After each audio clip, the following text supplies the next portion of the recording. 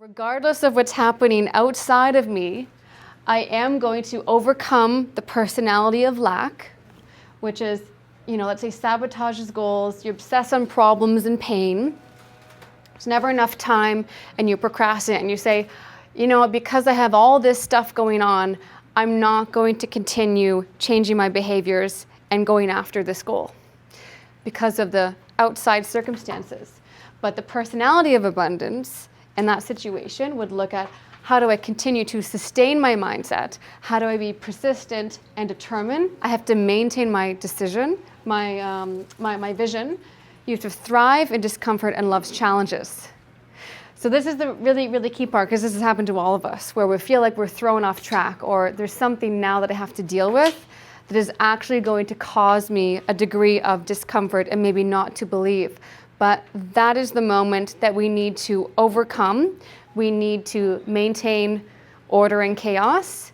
And this is the becoming process. So once we overcome, when we start acting like the person we want to in these harder circumstances, that is when you truly change, because now you're no longer the person. You've actually changed as a person. You've had a new thought, you've made a new choice, and you're sustaining that, and you're persisting no matter what.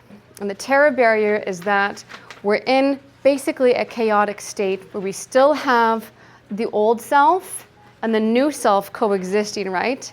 Which we could feel in a way where, I have the money to do this, but I'm scared. And I have this goal and I want to do it, or I want to buy a new home or make an investment. But you kind of have to push through that wall, that barrier of actually doing it.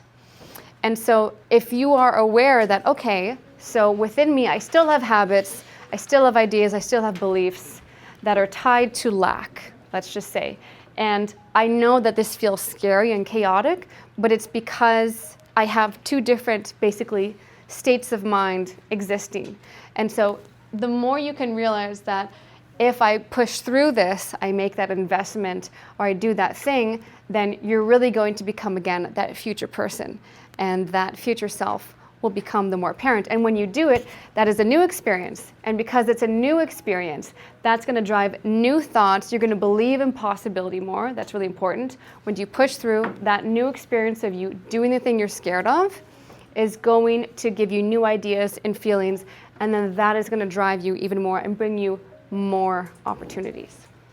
What are the creative emotions versus the survival emotions? So we have bliss, freedom, love, joy, appreciation, gratitude, and then we have will and power. And in the will and power emotions, that's when we're seeing these squiggly lines start to change and become slower. And so what this represents is represents our energy or a vibration.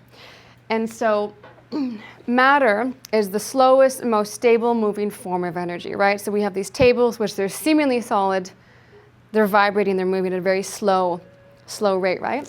So I'm sure you've all had this experience when a certain person walks into the room, you can feel their negative energy and you can really feel it impact you. And then the flip side is if someone is in a blissful state, you're like, wow, you can really feel that positive energy.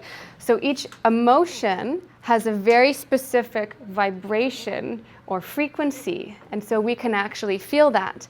And the more that we are on the creative scale, the creative emotions, we're actually going to have a larger impact in our world. So what that means is, the more you feel one with your goal, the quicker it can happen.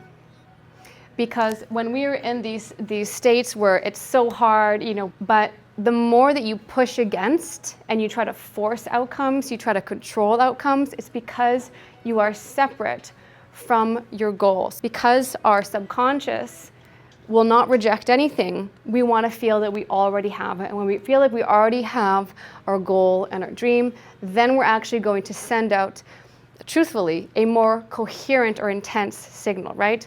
And there's a reason why we can pick up on other people's energies. There is no separation. How could you possibly feel or pick up on someone's energy if you're separate from them?